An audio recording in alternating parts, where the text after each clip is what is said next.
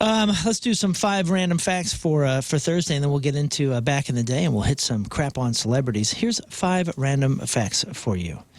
There is a religion called Mama Tata, which was founded by somebody who saw a vision of Jesus riding a motorcycle. Ah, yes, the Father, the Son, and the Holy Spirit. Love it. Sorry. Jodie Foster speaks such perfect French that she does her own dubbing for the French versions of her movies. Whoa. That's sweet. Wow, that's Smarty impressive. pants. A study found that it takes all mammals 12 seconds to poop. Wait, let's see. That. Guys, let's time ourselves. I got a feeling Rizzuto's got something to say about that. I hurt the odds. Small sample size, but it probably needs more research, but it's good to know that that's what they're saying, that mammals take 12 seconds to poop. Number 4 is the only member of ZZ Top without a beard is... Frank Beard. Frank Beard. The drummer. And number 5, green eyes are the rarest in the world. Only 2% of the people on this planet have green eyes. Green eyes gonna miss ya. What's the most common? Brown. Brown eyes. Doo-doo brown. All right, on this day, March 6th, 194 years ago in 1831, Edgar Allan Poe, kicked out of West Point. He deliberately had gotten himself court-martialed for refusing to attend classes. 189 years ago in 1936, the Alamo fell after a 13-day siege by Mexican forces led by General Santa Anna. All 187 defenders, including Davy Crockett and Bowie knife inventor Jim Bowie, were killed by the Mexicans. 129 years ago, 1896, a guy named Charles Brady King drove the first car on the streets of Detroit. When it broke down on a busy street, people yelled at him, "Get a horse." 126 years ago, in 1899, Bayer patented aspirin. 47 years ago, 1978, Hustler publisher Larry Flint was shot and left paralyzed by a sniper in Georgia, where he was on trial for distributing obscene materials. 43 years ago, 1982, Willie Nelson's Always on My Mind was released. It was a big hit for Elvis 10 years earlier in 1972.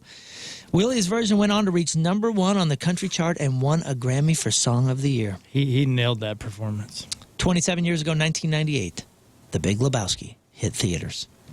And 25 years ago, in 2000, Eric Clapton became the first musician inducted into the Rock and Roll Hall of Fame 3 times. He was honored first as a member of the Yardbirds in 92, and then with Cream in 93, and finally as a solo artist in 2000. And that is your Back in the Day. Okay, Lauren, what do you got? Well, I'm going to start off with this because Aftershock was released, the festival in Sacramento, California, and it is such a great lineup. Blink-182, Deftones, Korn, Bring Me the Horizon are going to be headlining Aftershock, which is set October 2nd through the 5th at Discovery Park in Sacramento, California. October 3rd alone, this date alone, like the Friday date, Deftones, A Perfect Circle, Turnstile, Bruce Dickinson of Iron Maiden, Lacuna Coil, just to name a few. I was like, whoa. Want it. But Blink-182, Good Charlotte, All Time Low, All American Rejects, The Ataris, Korn, Bad Omens, Chevelle. I mean, this has point listenership all over it. So if you've been saving up money to go to a festival in a different state, might you go to Aftershock Festival? Go to aftershockfestival.com.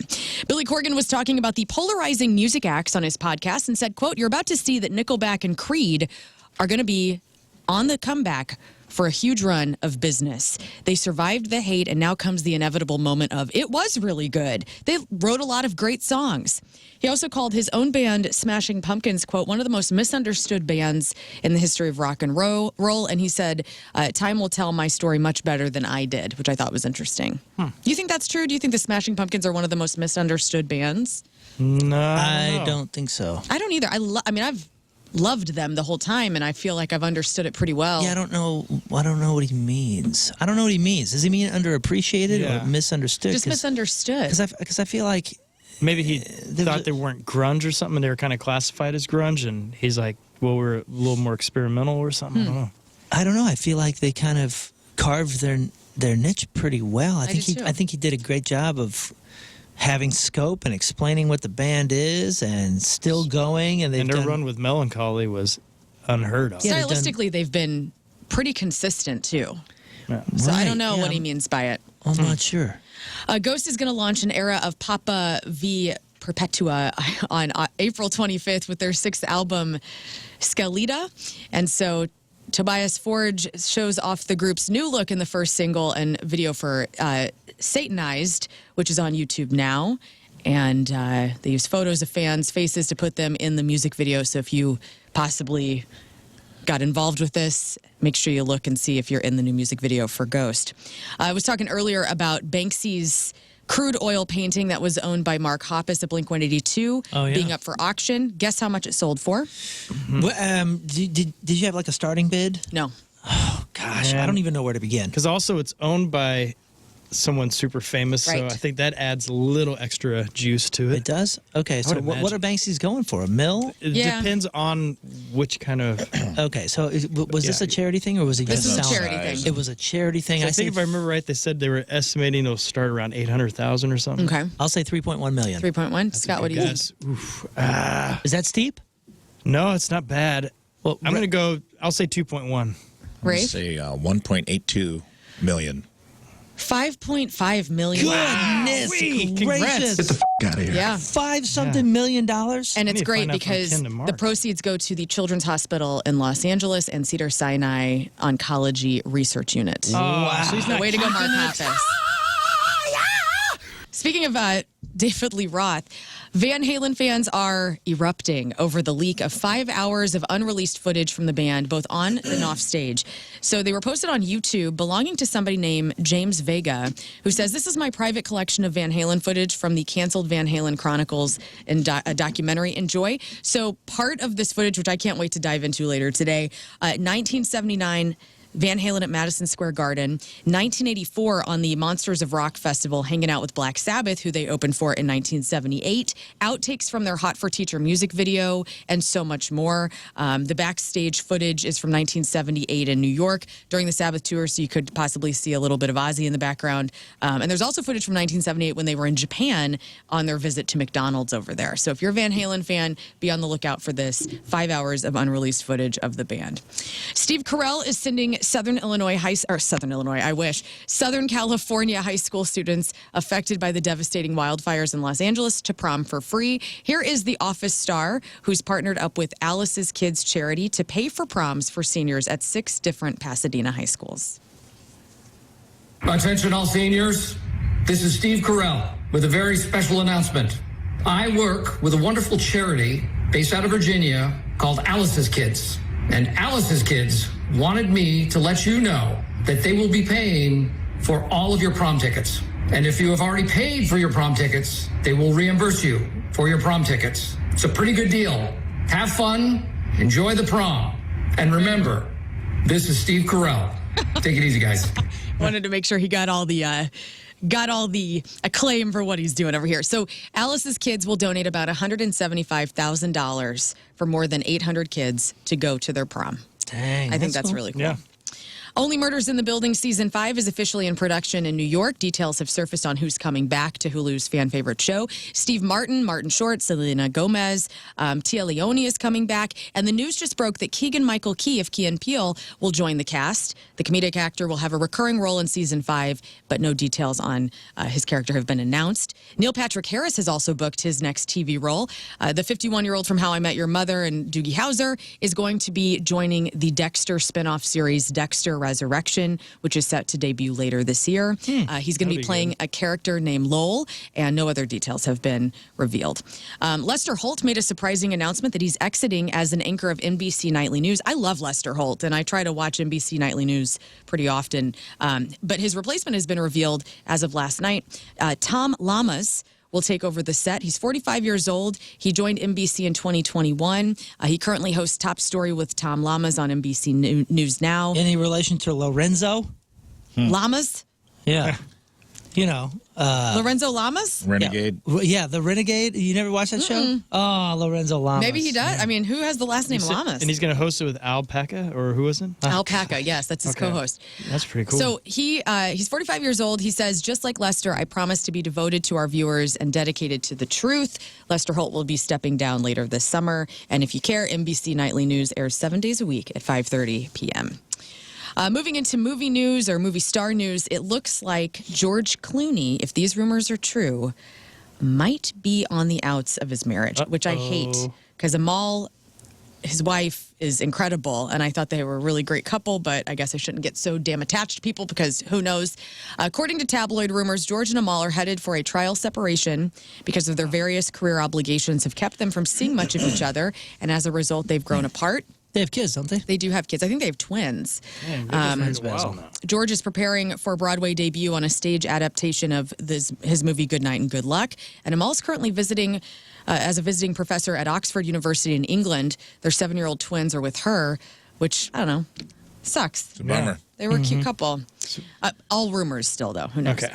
Mike Epps says Last Friday is officially on the way. In an interview with The Breakfast Club, Epps said that he has spoken to Cube, who told him the movie's a go. Here is a little quote from Mike Epps on The Breakfast Club.